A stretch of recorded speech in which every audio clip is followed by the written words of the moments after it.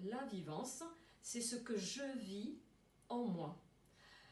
Il y a le phénomène extérieur, lorsque je rencontre quelqu'un, il y a une rencontre, phénomène, et lorsque je le vis en moi, c'est une rencontre entre mon corps et mon esprit.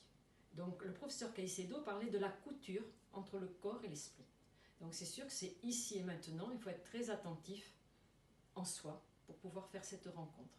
Et de là, eh bien, on laisse jaillir le phénomène. Qu'importe le phénomène, quel qu'il soit, il n'y a pas de bon phénomène, de mauvais phénomène ou de phénomène neutre, il y a le phénomène. Il y a la vivance forcément à partir de la biologie, donc sans cela, mais on peut dire aussi que vont s'ajouter la vivance psychique et la vivance peut-être spirituelle pour plus tard. D'accord. Voilà. Donc, et la vivance bien sûr émotionnelle qui elle démarre du corps.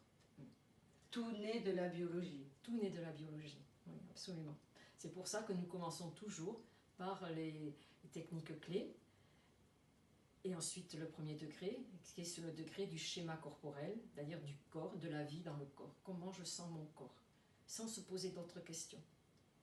Et donc ce n'est pas une méthode de technique respiratoire non plus. C'est simplement comment est-ce que je respire. Je ne vais pas apprendre à bien respirer.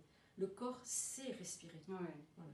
Donc c'est simplement, je suis attentive à ma respiration.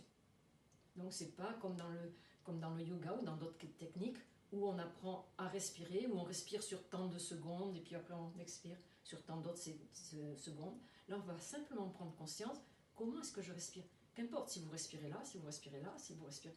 Non, et petit à petit, le corps va reprendre